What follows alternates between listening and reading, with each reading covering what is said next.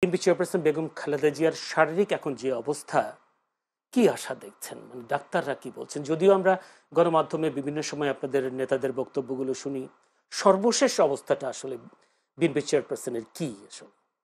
আপনাকে ধন্যবাদ। আমি শুভেচ্ছা জানাচ্ছি আমার সম্মানিত সহ আলোচক এবং যারা শুনছেন তাদেরকে।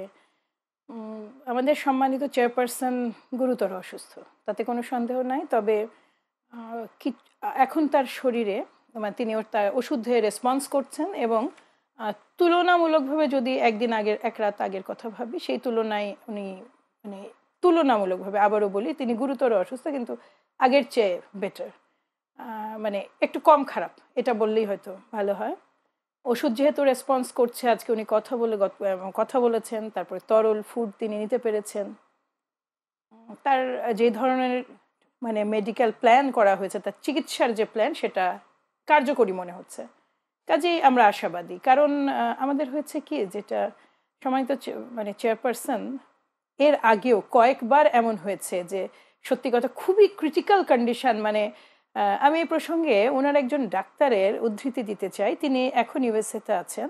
এই ভদ্রলোক যখন এর আগের বারে ঠিক 1 বছর আগে, আপনার মনে আছে হয়তো, মানে তার যে শারীরিক 1 বছর, মানে আমি বলতে চাইছি 23-এর কথা, 23-এ তিনি খুব অসুস্থ হয়ে পড়েছিলেন এবং ওই সময়ে তার লিভারে করা যাচ্ছিল না, ব্লিডিং শুরু হয়েছিল, এটা বন্ধ করা যাচ্ছিল না, কোনো কিছুই কাজ করছিল না। ওই সময়ে সেই প্রবাসী ডাক্তার ছিলেন তার মেডিকেল টিমের একজন সদস্য হিসেবে। তিনি তার অভিজ্ঞতা বর্ণনা দিচ্ছিলেন যে আমার এত দীর্ঘ মানে চিকিৎসা জীবনে আমি এই জায়গা থেকে কাউকে ফিরে আসতে দেখিনি। এবং যখন আবার অবস্থা খুব ক্রিটিক্যাল হয়, তার যে সিচুয়েশনটা হয়, এটা আসলে খুব জটিল ছিল।